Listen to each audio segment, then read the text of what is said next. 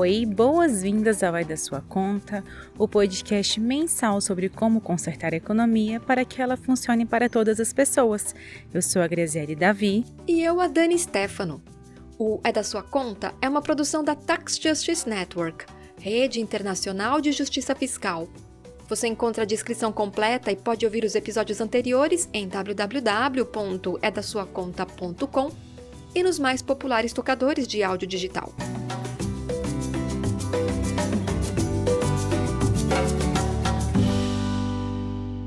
Criptomoedas. O que são? Como regular, evitar crimes e tributar para que elas caibam em uma economia que funciona para todas as pessoas? Essas perguntas serão respondidas no episódio 50 do É da Sua Conta.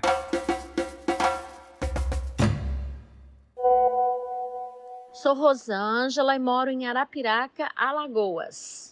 Bom, em primeiro lugar, eu não invisto em criptomoedas, cripto alguma coisa, porque não acho que seja interessante. Tenho visto muitas notícias com pessoas sendo assassinadas, inclusive, por conta dessas criptomoedas. Pessoas que ficam se amostrando nas redes sociais, dizendo que tem carros milionários, que fazem viagens milionárias.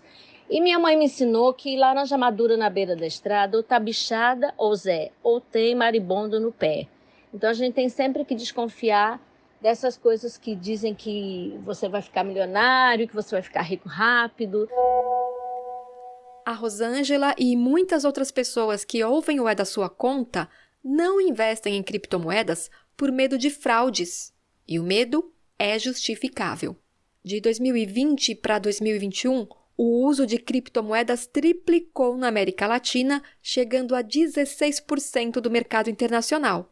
Só que lavagem de dinheiro, extorsão, fraude e outros crimes também aumentaram junto com o uso, de acordo com o estudo do Global Financial Integrity, o GFI. Ainda de acordo com o estudo do GFI, o Brasil se destacou entre os países latino-americanos como aquele que sofreu mais com fraudes no uso de criptomoedas. Com vários esquemas de pirâmide, em que organizações criminosas se aproveitam de populações ansiosas que procuram ter lucro rápido em um comércio especulativo emergente. O país tem a maior taxa de adoção de criptomoedas da América Latina e uma das mais altas do mundo. Em 2019, mais de 55 mil vítimas foram fraudadas como parte de um esquema de pirâmide avaliado em 195 milhões de dólares. Uma empresa no estado do Rio Grande do Sul estava coletando pagamentos não autorizados de criptomoedas, prometendo aos investidores um retorno impossível de 15% em um mês. Outro caso infame é o de Gleidson Acácio dos Santos, também conhecido como o faraó do Bitcoin do Brasil. Ele prometeu retornos mensais de 10% para investidores em criptomoedas, arrecadando 67 milhões de dólares de investidores de todo o Brasil ao longo de 7 anos. Pelo menos outras 21 pessoas supostamente o ajudaram a lavar dinheiro. Especialistas financeiros que mascararam as transações e operadores menores encarregados de expandir o esquema de pirâmide em áreas específicas do Brasil. E o mais alarmante nessa história é que o Acácio dos Santos expandiu o alcance do esquema de pirâmide em parte aproveitando as conexões dele na Igreja Universal do Reino de Deus. Além das fraudes e crimes, o estudo do GFI encontrou outros 2 grandes problemas nos países da região, envolvendo criptomoedas e ativos virtuais: falta de regulação e inabilidade para rastrear as transações. Olá, me chamo Laiane de Teresina. Eu acredito que a gente precisa cada vez mais buscar mais informações, porque a tendência do mercado é que esse tipo de investimento cada vez mais seja procurado, porque o dinheiro físico provavelmente daqui a algum tempo não vai mais nem existir. No momento não me interesso por questões dos riscos, que são informações falhas, a gente nunca tem informações suficientes para sanar esses riscos, para poder fazer o investimento. Então, Laiane, o É da Sua Conta conversou com alguns especialistas para entender um pouco mais esse tipo de investimento. Para começar, o que representam as criptomoedas dentro do cenário econômico, político e social no mundo? Uma possível resposta pode ser encontrada no livro Bitcoin, a utopia tecnocrática do dinheiro apolítico. O autor está sendo um tanto irônico no título, pois a criptomoeda tem um lado político bem definido. Escrito por Edemilson Paraná, o livro explica também o que é o dinheiro no capitalismo, o papel dos bancos centrais e, por meio destas definições, detalha a criptomoeda mais conhecida, o Bitcoin. O Bitcoin, ele é uma criptomoeda, um sistema de compensação de trocas monetárias, um meio de pagamento, mas que não é dinheiro no sentido pleno do termo, porque não consegue cumprir todas as funções do dinheiro e não consegue cumprir todas as funções sociais definidas para o dinheiro, porque isso atravessa uma série de outras dimensões, dinâmicas sociais que o Bitcoin não é capaz de alcançar, porque é construído político, ideologicamente, de uma maneira que impede ele de se generalizar, de se estabelecer socialmente como um equivalente geral, que é o que o dinheiro é. E em episódios anteriores do É da Sua Conta, já falamos sobre a importância da transparência das informações financeiras para a tributação. Só que o anonimato é uma das principais características das criptomoedas. As transferências monetárias não podem ser rastreadas. Edemilson, qual é o recado dos criadores das criptomoedas para as autoridades tributárias, então? Os entusiastas das criptomoedas, os criadores, os desenvolvedores e aqueles que até hoje, são os apoiadores da sua expansão, da sua utilização, defendem que os indivíduos devem transacionar sem nenhuma intervenção, sem nenhuma regulação, sem nenhuma supervisão e sem nenhum acompanhamento de nenhuma autoridade governamental.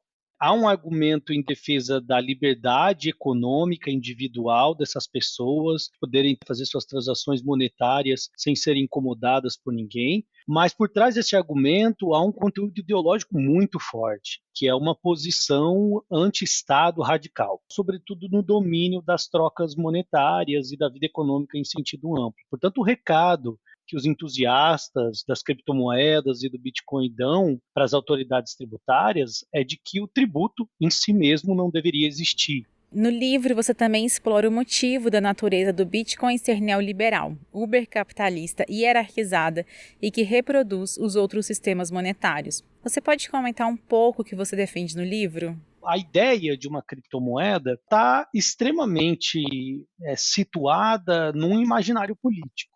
Ela diz que vai produzir uma forma de dinheiro que não precisa, de nenhuma maneira, contar com nenhum tipo de intermediação política e social. Ao fazer isso, essa falta de necessidade, por conta do seu desenvolvimento técnico, de depender de um intermediário como um Estado para acompanhar, supervisionar ou emitir o dinheiro, que os bitcoiners, os defensores das criptomoedas estão fazendo, é dizer que, na verdade, esse dinheiro está livre dos problemas que a ação governamental implica, que são os problemas típicos da política. A corrupção, a emissão desenfreada e descontrolada, as relações espúrias entre os estados e as instituições financeiras. Argumentos que, num primeiro momento, parecem muito apelativos e atrativos. No entanto, se a gente começa a ir um pouco mais a fundo do porquê que essas coisas estão sendo ditas, na verdade ela esconde um dinheiro que é sim controlado, agora não mais pela política, não mais pelos interesses e pelos conflitos sociais, mas pela própria força do poder econômico. Olá, sou Wellington de São Bernardo do Campo. A criptomoeda eu deixei passar, deixei acontecer longe, bem longe. No mais, já estou vendo as novas ideias que estão aparecendo, nômade digital, marketing digital, coaching e todas as ideias mirabolantes de fazer dinheiro fácil. E no final é só meia dúzia que ganha. No lugar, então, de uma política que possivelmente poderia incorporar interesses sociais na gestão do dinheiro, você coloca uma política em que o poder econômico é soberano na determinação dessa gestão, direta ou indireta, explícita ou implícita do dinheiro. Ao invés de confiar no Estado, que sabemos que é imperfeito, mas opera dentro de regulações conhecidas, e está sendo dito para as pessoas que investem em criptomoedas para confiarem em pessoas desconhecidas que estão por trás dessa moeda que, na verdade, não sabemos nada a respeito delas. Mas quem de fato é beneficiado com a política das criptomoedas, Edemilson? Que se busca resolver, né, em alguma medida é uma retórica, né, porque o que tem por trás, de fato, da existência das criptomoedas é uma posição radicalmente antiestatista e que coloca, portanto, no lugar de uma outra política, essa política anarcocapitalista, ultraliberal e radicalmente anti qualquer forma de ação política da sociedade para intervir no conflito distributivo em vias de atender demandas e necessidades coletivas que não aquela dos indivíduos que acumulam dinheiro. E mesmo que os bancos centrais às vezes não façam um bom trabalho na promoção do interesse público, o Bitcoin não é a solução, já que, de certa forma, também tem um banco central, ou seja, ele é sim controlado. É evidente que a gente poderia passar aqui o dia enumerando os problemas do sistema monetário financeiro como a gente conhece. Eles são inúmeros e eles são estruturais, eles são fundantes, muito problemáticos. No entanto, o Bitcoin não resolve esses problemas e, em alguns casos, ele faz agravar esses problemas, né? Porque ele está ancorado numa ideia de que o dinheiro tem de ser completamente afastado de qualquer influência social. O Edemilson escreve no livro que o Bitcoin apenas substitui uma forma de confiança, que seriam as autoridades e os seres humanos, por outra, que é um código, que define como funciona por meio de um sistema, uma máquina. No entanto, alguém produziu esse código e alguém organizou essa relação, essas mensagens entre as máquinas. As criptomoedas podem ser autônomas em relação a um banco central, mas é um código quem define o que os usuários podem ou não fazer. E existem algumas poucas pessoas que programam esse código. Na verdade, 98% desse mercado está concentrado nas mãos de 4 grandes empresas. Um grande oligopólio rumando para um monopólio. Autonomia diante de quem, né? Autonomia diante do quê? É diante de toda a sociedade e das relações sociais que atravessam o mundo do dinheiro. Nesse sentido, o que o Bitcoin é uma forma de dinheiro altamente antissocial, no sentido pleno dessa definição. É uma forma que não aceita ser atravessada por nenhuma dinâmica redistributiva, tributária, regulatória e assim por diante. Ou seja, as criptomoedas vieram para acumular mais fortunas para aquele grupo seleto que já é super rico. Mas aí, sem a intervenção do Estado e sem colaborar com nenhum tributo. Zero contribuição para a diminuição das desigualdades. Ah, e tem outra coisa. Se você perder dinheiro investindo nas criptomoedas e quiser usar os tribunais para ter seu dinheiro de volta, não será possível. A criptomoeda opera por fora do Estado, inclusive do Judiciário. Aliás, se você procurar no Google, aí fizer uma pesquisa, você vai ver que quando busca criptomoedas, logo aparecem anúncios sobre como recuperar seus bitcoins, detetives, investigações. Existe todo um mercado por trás disso. Um dos grandes desafios para a taxação de criptomoedas é que as transações são feitas de maneira anônima. Como a maioria das transações não é feita de uma pessoa para pessoa, e sim através de intermediários, eles deveriam ter registros e, assim, ser possível saber quem são as pessoas por trás dessas transações. Mas quem são os intermediários? Quem explica é Florência Lorenzo, pesquisadora da Tax Justice Network. Os provedores de serviços de criptativo, as pessoas que têm um papel de custódias de carteiras, ou também as chamadas exchanges, que são as casas de câmbio, que fazem justamente esse câmbio entre criptomoedas e moeda fiduciária normal, ou entre 2 tipos de criptomoedas diferentes. Sou Maria, moro na cidade de Currais, Piauí. Geralmente eu invisto em bitcoins e Ethereum até R$20, mais que isso não, por questão mesmo financeira e por medo mesmo de investir. Das vezes investida, nunca considerei que eu tenho ganho. Eu sempre considerei perdas, porque às vezes que eu invisto, quando eu vou resgatar ou comprar, de volta, sempre tem uma taxa que a gente paga e termina que essa taxa eu acho muito alta. Essas taxas das quais a Maria fala são pagas aos intermediários, que cobram por hospedar carteiras digitais. O serviço é utilizado pela maior parte de quem investe em criptomoedas, pequenos e grandes investidores. Os intermediários podem obter, guardar e trocar informações sobre a identidade dos beneficiários finais. A Florência explica. Por exemplo, quando a gente olha alguma das principais iniciativas de reforma no plano internacional, no caso da OCDE, está sendo implementada a discussão do chamado CARF, que é o Crypto Asset Reporting Framework. Agora, na União Europeia, também discutindo a 8ª diretiva para cooperação administrativa. Todas elas estão muito centradas em torno de informações de terceiros, dos chamados intermediários. Florência, de que forma é possível tornar as transações com criptomoeda transparentes? No mínimo, seria importante implementar um registro obrigatório desses criptoativos, que todo mundo que mantém ativos em carteiras auto-hospedadas tenha que se registrar. E aí isso também está muito relacionado com uma discussão que a gente tem feito em outros episódios do podcast sobre essa proposta de um registro global de ativos. Se as autoridades tributárias cooperassem para intercambiar essa informação de propriedade e de beneficiários finais de determinados ativos, os criptoativos com certeza são uns que precisam entrar nessa discussão. O registro global de ativos está explicadinho no episódio 38 do É da Sua Conta. Para ouvir, acesse www.edasuaconta.com e vá em episódios anteriores. Na verdade, é fundamental que as autoridades garantam que elas têm informações relevantes tanto sobre os eventos tributáveis, mas também sobre a quantidade de ativos que os sujeitos têm envolvendo criptomoedas. E embora essa seja uma iniciativa que precisa sim ser tomada, isso alcança aqueles portadores de criptomoedas que dependem dos intermediários.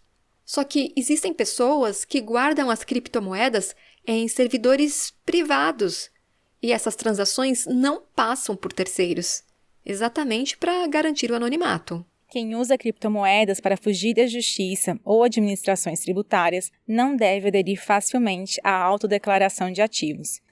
Seria possível descobrir transações em criptomoedas entre sujeitos que investem em atividades ilícitas como o tráfico de pessoas? Eu acho que é importante também ter em mente que, enfim, principalmente quando a gente está falando de uma escala muito grande de dinheiro e um dinheiro que quer em algum momento entrar na economia formal de alguma forma, né? Porque, enfim, se você está usando desse dinheiro, você provavelmente vai querer comprar algum objeto com isso. Você pode querer só guardar, mas dada a volatilidade desses ativos, tem bastante risco envolvido nisso, né? Então, por enquanto, a maior parte dos esforços regulatórios estão voltados justamente a regular o momento da entrada dessas moedas ou desses ativos na economia mais formal, quando elas são, por exemplo, intercambiadas por bens ou serviços dentro dos países ou por moedas fiduciárias que têm validade dentro das economias da maior parte dos países, né? E como as criptomoedas são uma maneira de circular riquezas, é importante que sejam tributadas. Sim, as criptomoedas precisam ser tributadas e a gente precisa de um arcabouço normativo, mas também técnico que dê conta desse exercício tributável com respeito a criptomoedas, porque elas podem ser utilizadas para gerar renda, para acumular riqueza, para negociar bens ou serviços, e se elas não estão dentro desse arcabouço, eles podem estar fazendo tudo isso sem estar sujeito a uma carga tributária adequada, semelhante se essa atividade tivesse sido levada a cabo com moeda fiduciária, com real, com dólar, enfim. Então, o ponto central aí é a questão da igualdade dos diferentes contribuintes, né? Que tipo de imposto poderia ser recolhido, Florência? Se a gente está falando, por exemplo, do momento da mineração, né, que é o processo através do qual se validam os protocolos e que geralmente são pagos em próprias criptomoedas, isso pode ter um tipo de incidência impositiva diferente de um momento, por exemplo, de um ganho de capital de um criptoativo. Mineração é o nome que se dá ao processo responsável por colocar mais criptomoedas em circulação. Digamos que se assemelha ao trabalho de garimpeiros em busca de ouro, só que, nesse caso, os mineradores usam computadores potentes ao invés de escavadeiras. Então, por exemplo, se eu obtinha um Bitcoin quando estava valendo $1.000 e aí eu vendi quando ele estava valendo 10 vezes isso, eu tive um ganho de capital. E isso é um evento tributável, né? Quando eu me desfaço dessa criptomoeda, ou até mesmo se eu usar essa criptomoeda para comprar um bem. Tem países nos quais o ganho de capital incide, inclusive, para além de só questões cambiárias, uma atividade de trocar o criptoativo por outra moeda. Ele incidiria também sobre o uso dessa criptomoeda como um meio de pagamento. Receita, redistribuição, representação, reparação e reprecificação. Estes são os 5 R's dos benefícios da tributação no combate às desigualdades e no fortalecimento da democracia. No caso das criptomoedas, a reprecificação pode ser aplicada. A gente sabe, por exemplo, dos custos ambientais altíssimos que esses ativos podem ter. Então, para minerar essas criptomoedas, o uso de energia da criptomoeda é maior do que o uso de alguns países, né? E nesse contexto de crise climática, de crise energética também, o uso dos tributos como uma forma de reprecificar esse tipo de ativo pode ser uma coisa que os países podem decidir adotar. Sobre o uso de energia, para se ter uma ideia, em agosto de 2021, estimava-se que somente a rede Bitcoin consumia mais de 9 gigawatts de eletricidade para funcionar, o que equivale a um consumo médio anual de quase 80 terawatts. Cerca de 80 terawatts é o equivalente ao que países como o Chile ou a Bélgica usam de eletricidade num ano inteirinho. O que faz com que o Bitcoin consuma tanta energia? Quem responde é o Rafael Paiva, professor de economia e especialista em ativos virtuais. Mercado de ações, o registro é centralizado na B3. A B3 é brasileira e uma das maiores bolsas de valores do mundo. Pode seguir. O saldo de ações de cada pessoa é o que a B3 diz que a pessoa tem de ações. Num registro distribuído, precisa ter um consenso, porque ele é distribuído. Alguns desses mecanismos de consenso são extremamente intensivos em capacidade computacional e, portanto, em energia elétrica. Então, uma transação com Bitcoin gasta algo entre 300 e 1.400 kWh de energia elétrica. Isso dá a conta do mês de algumas pessoas. Uma transação é algo extremamente danoso. A energia elétrica sempre foi cara na maioria dos países. E recentemente está ainda pior com a inflação dos seus preços. Como no garimpo do ouro, os mineradores de criptomoedas buscam economizar sem pensar nas consequências para a população. Os mineradores vão para energia elétrica barata. Então, China, Geórgia, que tinha lá uma região separatista que é a Abcásia, Cazaquistão, Kosovo. E o que aconteceu em todos esses lugares? A partir do momento que a mineração de Bitcoin chega, ela é uma atividade tão intensiva em energia elétrica que ela começa a causar apagões, colapso da rede de energia elétrica. Isso a gente está falando de lugares que, antes da mineração de Bitcoin, tinham energia elétrica barata, ultra acessível para a população, né? E assim, seja para a indústria, seja para a residência, e de repente a população começa a se ver com apagões frequentes. É possível imaginar a revolta das pessoas que vivem nesses países. Como os governos enfrentaram essa crise energética? A China, que já foi responsável por mais de 80% da mineração de Bitcoin, hoje é 25%. A regulação surtiu efeito. A Geórgia baniu, durante a pandemia tentaram voltar, e no que tentaram deixar a mineração de Bitcoin de novo, começou a ter apagão. Então também não deu. Kosovo baniu mineradora de Bitcoin. O Cazaquistão, na verdade, tentou tributar e via tributação desincentivar isso daí. Vamos ver onde vai chegar. A gente ainda não tem dados para avaliar, porque essa tributação entrou em vigor este ano. O estudo do GFI, que já mencionamos no início desse episódio, dizia que o Brasil é um dos países que mais transacionam com criptomoedas e também um dos que mais são afetados por fraudes. E até o fim de 2022, não havia regulamentação. Aí, em dezembro de 2022, o Brasil aprovou a Lei 14.478, que determina as diretrizes para a regulamentação da prestação de serviços de ativos virtuais. De acordo com essa lei, ativo virtual é a representação digital de valor, que pode ser negociada ou transferida por meio eletrônico e utilizada para a realização de pagamento ou como investimento, como é o caso das criptomoedas. A lei também determina que caberá a um órgão regulador estabelecer as condições e prazos para adequação às novas regras por parte das prestadoras de serviço de ativos virtuais, como as corretoras de criptoativos. Entretanto, como explica o Rafael Paiva, a lei não define quem será o órgão regulador. É uma lei de iniciativa do Legislativo e o que se entendeu na elaboração é que o Legislativo não pode definir competências porque, no fundo, ele estaria criando despesa para o Executivo, porque regular, supervisionar, autorizar instituições são todas atividades que demandam pessoal, demandam recursos. Então, ela delega para um decreto que ainda não foi editado. Então, assim, o mercado está esperando, porque a lei vai entrar em vigor nos próximos dias. O decreto ainda não havia sido editado quando eu conversei com o Rafael, mas ele saiu em 13 de junho de 2023 com o número 11.563 e atribuiu ao Banco Central do Brasil a regulação, autorização e supervisão das prestadoras de serviços de ativos virtuais. Mas isso está longe de resolver a questão da regulação. Por quê? Agora, o próximo passo é, em primeiro lugar, o próprio Banco Central tem que editar o seu regimento interno para prever quais departamentos, quais unidades do Banco Central vão regular esse mercado, vão supervisionar, vão autorizar.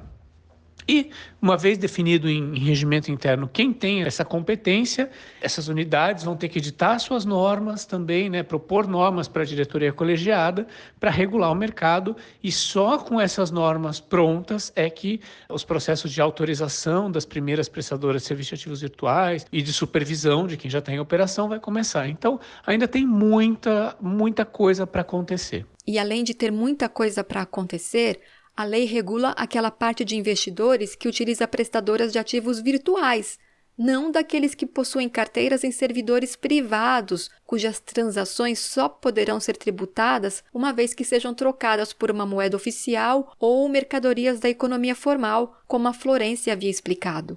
E ainda que as transações entre duas pessoas sejam muito pequenas neste momento e que de fato seja difícil rastreá-las, é fundamental que os governos busquem mecanismos para regular, porque senão pode crescer e as práticas de crimes aumentarem. Rafael, chama a atenção que você fala em ativos virtuais, já que estamos mais acostumadas a escutar criptomoedas. O nosso legislador, ele consagrou o termo ativos virtuais. Então, assim, aquilo que se chama de criptomoeda seriam ativos virtuais.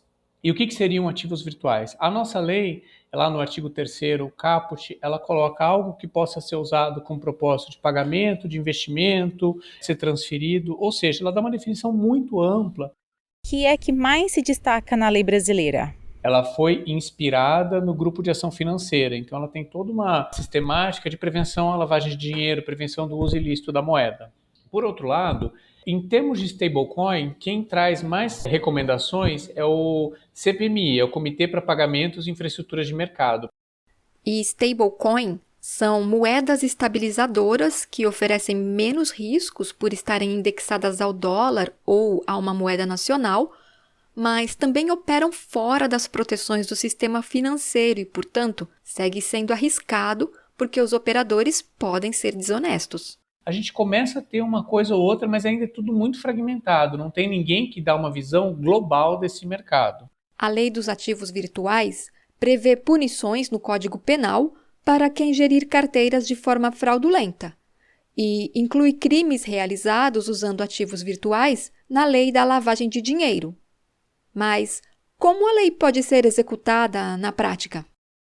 Primeiro, em vários tipos de ativos virtuais, existe o registro do próprio registro distribuído, A tecnologia de registro distribuído mais conhecida é blockchain. No caso do Bitcoin, por exemplo, é público esse registro, qualquer pessoa consegue baixar esse registro todo histórico. Não vou ver Rafael, não vou ver Grazielli, vou ver o quê? Eu vou ver um pseudônimo, uma sequência de números e letras que vai me identificar. Então, o registro está lá, só que a lei não exige uma segregação patrimonial entre corretora e seus clientes. O ideal seria que houvesse uma segregação, porque muitas vezes a pessoa acha que ela tem um ativo virtual registrado na blockchain, mas ele não está registrado na blockchain. Quem tem registrado na blockchain é a prestadora de serviços de ativos virtuais e ela acaba fazendo um ajuste, a gente chama off-chain, ou seja, fora daquele registro, fora daquela cadeia. E aí como que ela faz o registro? Como o mercado não é regulado, tem gente que faz com Excel, tem gente que já tem uma governança melhor para isso, tem gente que mistura com o patrimônio próprio da corretora e aí dá todo tipo de problema que você pode imaginar, né? A corretora começa a ter prejuízo, usa patrimônio de cliente. É curioso, porque a propaganda maior dos entusiastas de criptomoedas é a possibilidade de não ter mediação de Estado exatamente para diminuir a corrupção e os prejuízos. Mas parece que, na verdade, não é bem assim. E por que as corretoras não separam o patrimônio delas e o patrimônio dos clientes? É muito caro fazer transação, é muito demorado. Então, existe uma fila de transações para acontecer na blockchain do Bitcoin. As tarifas são muito altas para acontecer isso. Ou seja, se eu fizer uma compra e venda de Bitcoin, eu vou ter que pagar uma tarifa muito alta para a minha transação acontecer rápido. E mesmo assim vai demorar uns 10 minutos. Então, várias corretoras, na verdade, o que elas fazem? Elas fazem ajustes nos livros delas mesmas, e aí no final do dia elas fazem um grande ajuste na blockchain, ou periodicamente. Quanto é registrado, quanto tem de cada corretora é política de cada uma. A dica que eu posso dar, se você quiser investir e usar uma prestadora de serviços de ativos virtuais, tire dela essa informação do quanto ela segrega. Eu nunca investi nesses produtos novos, porque eu sou muito conservadora e acho arriscado nesses caminhos que a gente não conhece. Tem amigos que ganharam dinheiro, tem amigos que perderam dinheiro, mas eu não arrisco não. Não bate com o meu perfil. A Raio Derreiro de São Paulo é mais uma ouvinte do É da Sua Conta que prefere não investir em criptomoedas por temer os riscos. Quais são os outros riscos financeiros de ativos virtuais, Rafael? Hoje a capitalização de mercado é pouco maior que $1 trilhão. E sim, parece muito, é uma quantia que chama atenção, mas se a gente pensar, é metade do PIB brasileiro e tal. Mas é uma quantia relativamente pequena, essa é a capitalização global de todos os ativos virtuais no mundo inteiro. O volume hoje é baixo, mas não significa que vai ser sempre baixo. Então, vários reguladores, não só o brasileiro, estão preocupados, né, em disciplinar esse mercado e tal. Pode ganhar musculatura e se tornar algo que compromete a estabilidade financeira. Rafael, quais são os riscos da stablecoin? Quando a gente tem essas stablecoins, algumas delas investem o seu lastro em títulos. Por exemplo, no caso da Tether. A Tether é o terceiro ativo virtual em capitalização de mercado, vindo depois do Bitcoin e do Ethereum. E boa parte do lastro da Tether está em notas comerciais, título de dívida corporativa, principalmente dos Estados Unidos. O que acontece? Esses títulos têm pouca liquidez. São títulos que prometem um retorno maior, têm pouca liquidez. No caso de uma corrida da Tether, a Tether teria que vender esse lastro dela. Se a Tether vendesse, ainda que o tamanho da Tether não seja tão grande, mas ela afetaria muito o mercado de dívida corporativa americana de curto prazo. Em 2019, o Facebook, atual grupo Meta, começou os planos para tentar lançar a própria stablecoin. Considerando o alcance do grupo Meta, também dono do WhatsApp e do Instagram, e a quantidade de pessoas conectadas a essas redes sociais mundiais, que efeito econômico poderia surtir? Isso chamou a atenção até do G7, porque teria um potencial de desestabilizar fluxos financeiros entre países e desestabilizar a cotação de moeda. E a gente não está falando de emergente, de maior risco preocupado, a gente está falando de países G7 que tem moeda conversível, moeda estável, começando a falar, opa, se as pessoas puderem transacionar nas nossas moedas no varejo, isso pode dar um problema muito grande. A solução na época que o regulador americano, de um lado, pressionou gente que ia se conectar a essa plataforma, como Visa, Mastercard, eBay, por questões de prevenção à lavagem de dinheiro. E o regulador suíço, que foi onde o Facebook pediu autorização, olhou e falou, isso daqui é um sistema de pagamentos, não está cumprindo com os meus requisitos de sistema de pagamentos, então eu não vou aprovar seu pedido. Foi assim que se resolveu na época a situação. Mas o que eles entenderam é que, olha, uma stablecoin global, ela pode comprometer a estabilidade financeira. Naquele momento, foi possível controlar a proposta do Facebook, atual grupo Meta, que é um monopólio e que possui milhões de pessoas usuárias no mundo. Se um monopólio consegue ter uma stablecoin, com o controle global que terão, arriscam desestabilizar a questão monetária internacional inteirinha. Durante uma conferência sobre Bitcoin em Miami, o presidente de El Salvador, Nayib Bukele, anunciou a adoção do Bitcoin como moeda, apesar de todos esses riscos. I believe Bitcoin could be one of these ideas. That is why next week I will send to Congress a bill that will make Bitcoin a legal tender in El Salvador. Nesse país centro-americano, o Colon, o dólar e o Bitcoin são moedas oficiais, sendo que o dólar é o mais utilizado pela população. E o Bitcoin? A economista salvadorenha Tatiana Marroquín afirma que ele não se tornou tão popular. Existem estatísticas referentes ao uso do Bitcoin. Por exemplo, pesquisas que acompanharam desde a implementação. E o que nos disseram essas pesquisas foi que o incentivo do uso ao Bitcoin que o governo deu, que foi um bônus de $30, fez com que pelo menos metade da população tenha baixado o aplicativo e usado o bônus. Mas a maioria das pessoas só utilizou essa vez. Apenas cerca de 5% da população continuou usando Bitcoin, principalmente para fins de investimentos especulativos e não para pagar contas no dia a dia. Outra variável que me parece relevante quanto ao não uso do Bitcoin em El Salvador é sobre a transferência de remessas proposta pelo governo. As estatísticas mostram que apenas cerca de 1% das remessas são feitas através das carteiras digitais. E ainda que as pessoas prefiram o dólar ao Bitcoin, a adoção dessa criptomoeda teve sim um impacto econômico. Ahora, en un aspecto en el que sí hubo un impacto económico y macroeconómico es en la política fiscal. Agora, a lei do Bitcoin teve um impacto na política fiscal, permitindo que a comunidade internacional visse a gestão arbitrária de fundos públicos e estatais por parte do governo. Ações como o anúncio do presidente comprar Bitcoin a cada queda de preço ou a criação de uma cidade do Bitcoin movida a um vulcão, embora seduzam alguns entusiastas do Bitcoin, são motivo de preocupação para quem entende de gestão de finanças públicas.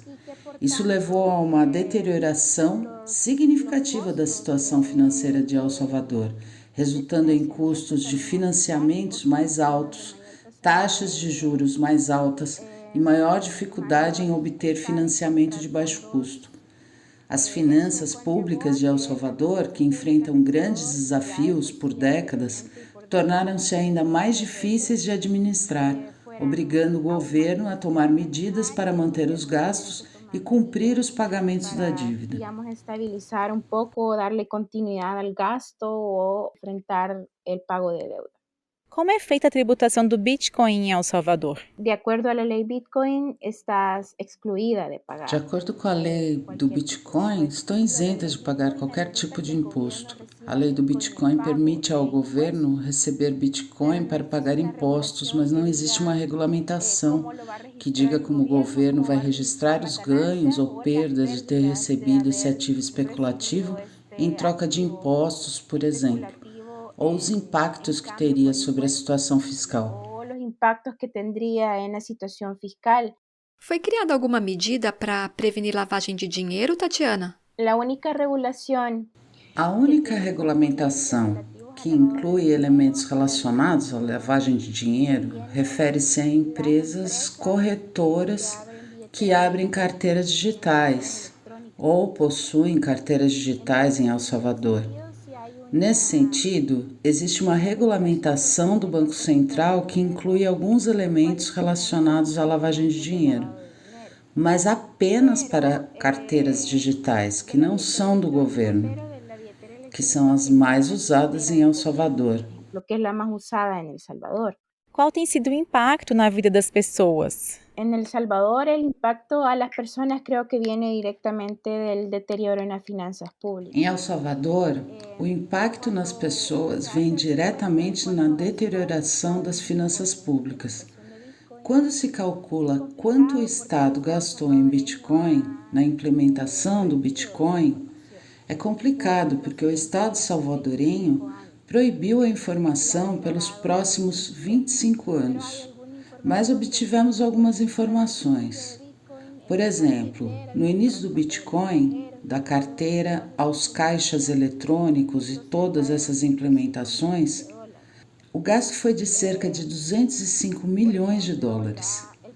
Por exemplo, o maior programa de proteção social não contributiva de El Salvador é a Pensão Universal, que custa em torno de 40 milhões de dólares. Para se ter uma ideia do quanto a população poderia ter se beneficiado com o uso desses fundos em questões mais prioritárias. Em assuntos mais prioritários. Isso significa que, com o valor gasto para a implementação dos bitcoins, seria possível garantir o financiamento de 5 anos dessa aposentadoria universal não contributiva em El Salvador. Eu sou Aurora de Armas, de Curitiba, no Paraná. Eu não tenho dinheiro para investir, né?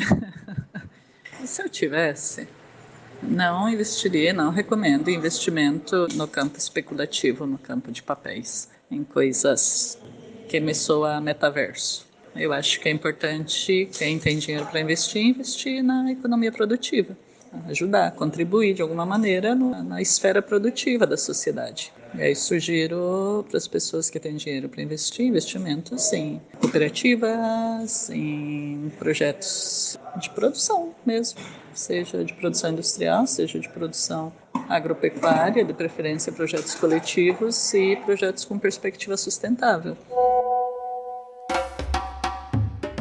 Se você faz investimento e já fez em criptomoedas ou pensa em fazer, que tal seguir a sugestão da nossa ouvinte Aurora e buscar outros locais para realizar investimentos? Tem muita gente na agricultura familiar, em startups por energia renovável, em microempresas sociais e de cultura precisando de investimento e com capacidade de dar retorno.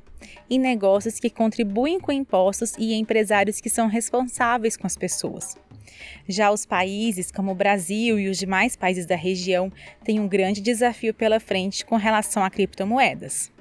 Seguir ampliando sua regulamentação e fazendo com que sejam de fato implementadas. Aprimorar as medidas técnicas de rastreio, registro e uso por autoridades das transações realizadas, inclusive para a tributação. Investigar e punir os crimes com ativos virtuais para que sejam desincentivados. As e os ouvintes que você escutou neste episódio participaram da enquete que fizemos na lista de distribuição do É da Sua Conta pelo WhatsApp. Se você também quiser participar, envie seu nome e número de telefone para info@edasuaconta.com. Você também nos encontra no Facebook e no Twitter _da sua conta. E todos os episódios estão em www.edasuaconta.com.